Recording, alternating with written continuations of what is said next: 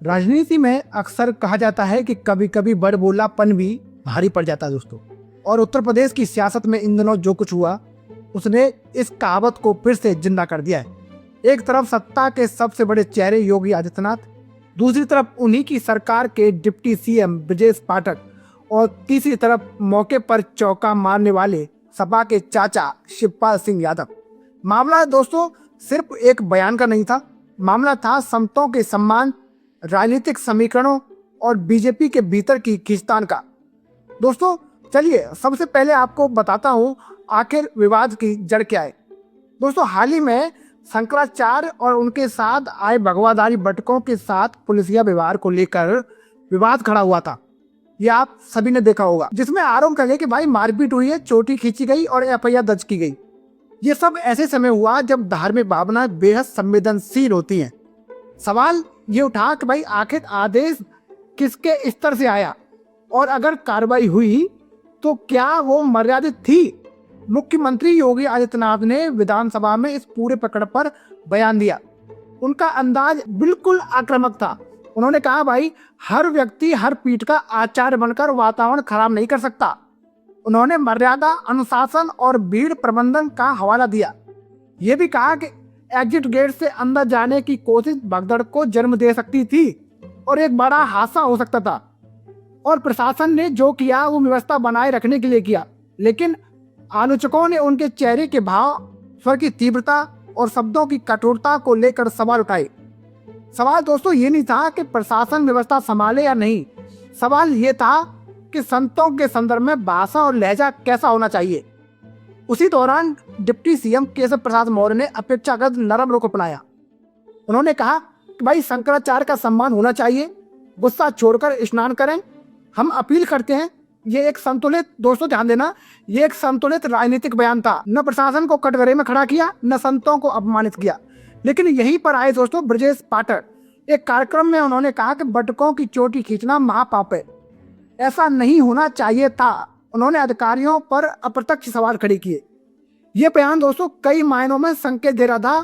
क्या वो खुद को संत इत्यासी दिखाना चाहते थे? क्या वो ब्राह्मण समीकरण साध रहे थे, या फिर सत्ता के भीतर अपनी अलग लाइन, अपनी अलग पहचान गढ़ने की कोशिश थी? और राजनीति में हर शब्द तोड़ा जाता है, और जब सत्ता के शीर्ष नेतृत्व का रुख स्पष्ट हो तब उससे अलग स्वर उठाना जोखिम भरा होता है। और पहले से ही चर्चा थी दोस्तों कि भाई बीजेपी के भीतर गुटबाजी है, दिल्ली बनाम लखनऊ है और संगठन बनाम सरकार है, मुख्यमंत्री खेमे बनाम अन्य दावेदार है।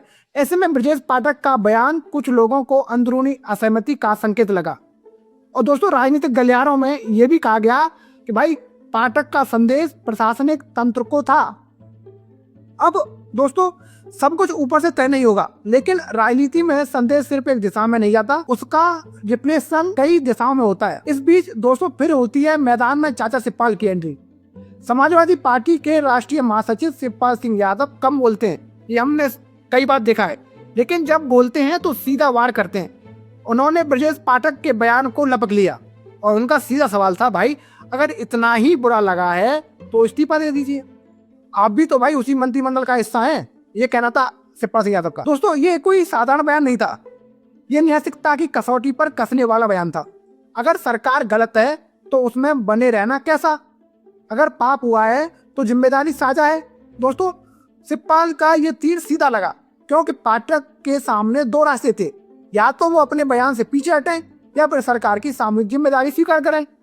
इसलिए दोस्तों ब्रजेश पाठक की तरफ से कोई तीखा पलटवार नहीं आया और बीजेपी की ओर से भी इस मुद्दे को ज्यादा हवा नहीं दी गई। और यही राजनीति की बारीकी समझ है दोस्तों।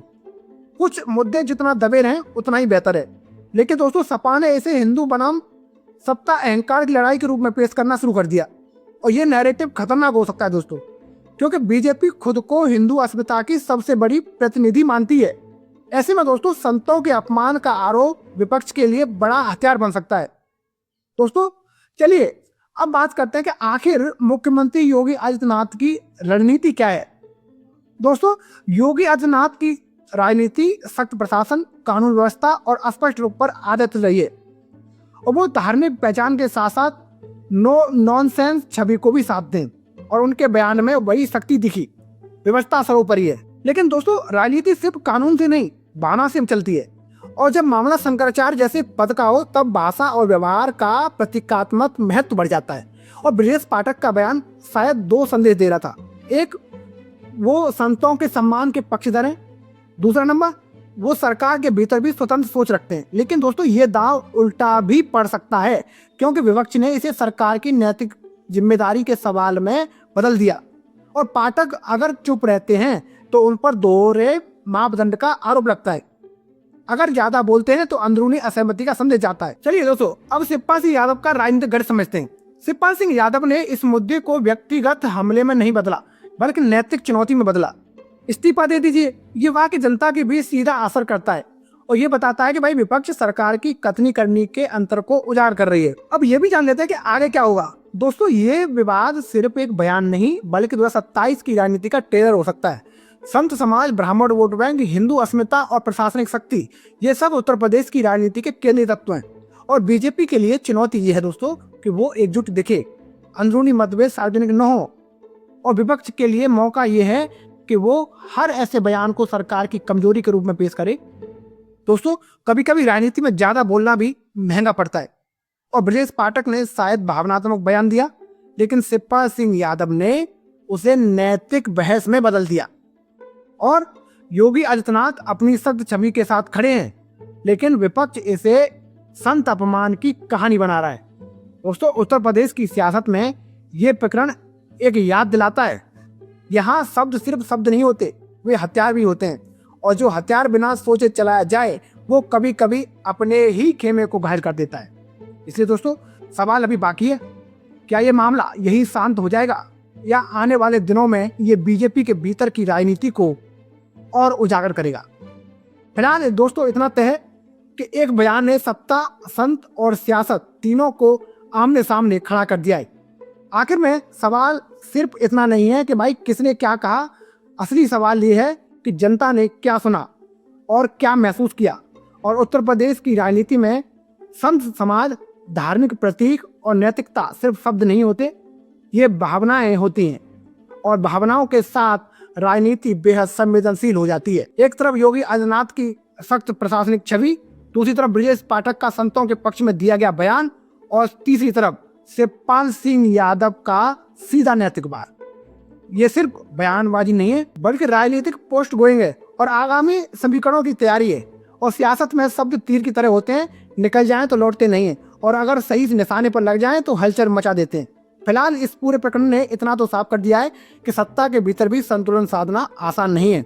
और देखना होगा दोस्तों, क्या ये विवाद धीरे धीरे ठंडा पड़ जाएगा या फिर आने वाले समय में यही मुद्दा नई राजनीतिक आग को जन्म देगा।